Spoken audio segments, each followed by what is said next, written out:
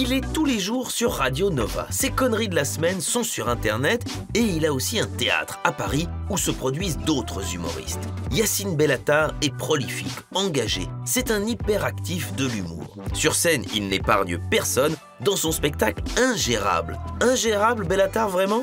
Eh ben, on va voir ça tout de suite et je crois qu'il nous attend. Hey, toi, tu peux prendre mes yeux s'il te plaît? Ouais. Yacine Bellatar. Monsieur Bellatar, bonjour. Bonjour Monsieur Vizorek. Ne vous dérange pas. Quelle beauté, l'élégance même. Oh là là, je suis content de vous voir. C'est réciproque. Et je suis content parce qu'on t'invite souvent sur les plateaux pour donner ton avis sur la société, tout ça. Ici, on va parler humour. Parce qu'avant tout, t'es un humoriste. Ben, l'humour, c'est sérieux, à la base. Moi, les gens dont je suis fan en humour sont des mecs qui en parlaient avec beaucoup de sérieux. Donc, je pense qu'il ne faut pas toujours être clownesque. Après, il ne faut pas être déprimant non plus. Mais je pense que, enfin, je partage ce goût-là avec toi. J'aime bien parler de l'humour avec des références, du fond. Et d'ailleurs, on est plutôt dépressifs, les humoristes. Donc, c'est vrai. Vous saviez que Vizorek était dépressif? Vous savez pas? Bon. Dans les quartiers riches, le sport, c'est un hobby. J'avais la tête grosse comme ça, ce squash m'a fait le plus grand bien. Je respire. Alors qu'en banlieue, le rapport au sport est trop passionnel. Eh frère, je marquais contre le PEC dans un an, je suis au Barça. Barça. T'as 28 ans, t'es caissier chez Quick. Vous les connaissez, ceux-là? Ceux qui devaient être pros.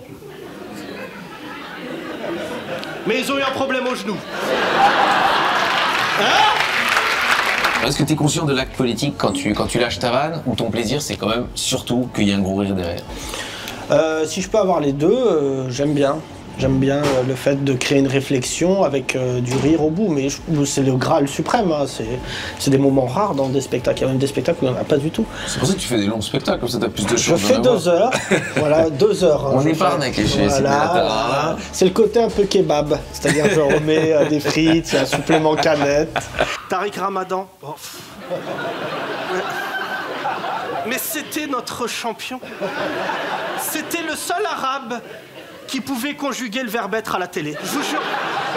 Eh, mais lui, là, j'étais pas d'accord, hein.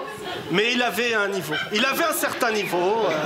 Tu dis assez souvent que t'as un des publics les plus variés du métier. T'as des jeunes qui viennent de toutes les strates de la société, de toutes origines, je pense toutes religions. Bien sûr.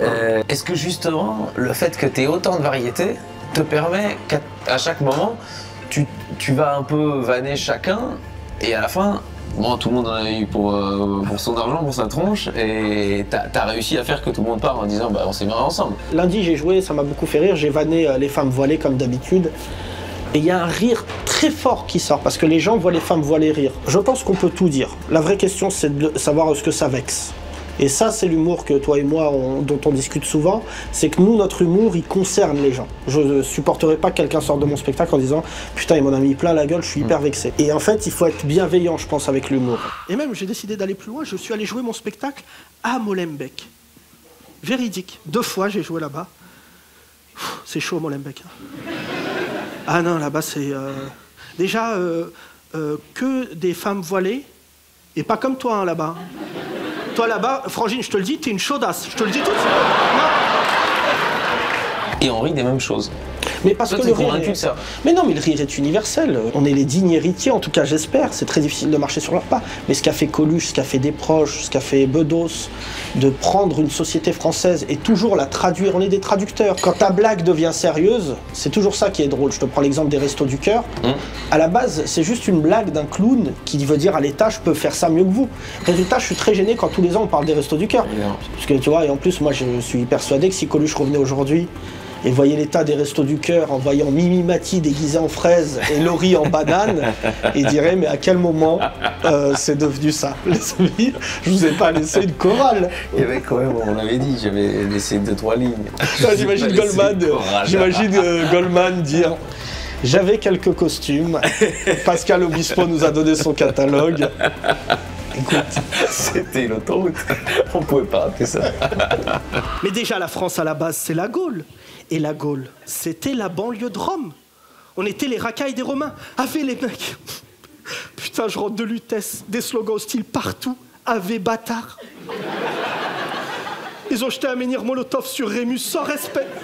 Et il y a un dénommé Vercingétorix, il m'a dit suce ton glaive. Ça se dit ça? Tu sais quoi, je vais même pas te poser la question qu'on t'a le plus posée dans ta carrière. Les papiers? Attends, je parle des journalistes, pas des policiers. Peut-on rire de tout? Parce que t'as répondu. Yacine Bellatar, je te remercie. Merci. C'était un grand plaisir. Bonjour. Amuse-toi bien à l'atelier dans cette belle salle. Merci. Et continue, hein, c'est important. Écoute, on va essayer. Salut Yacine. Ciao. Yacine Bellatar est ingérable tous les lundis au théâtre de l'Atelier à Paris et il jouera un peu partout dans toute la France dès le mois de janvier.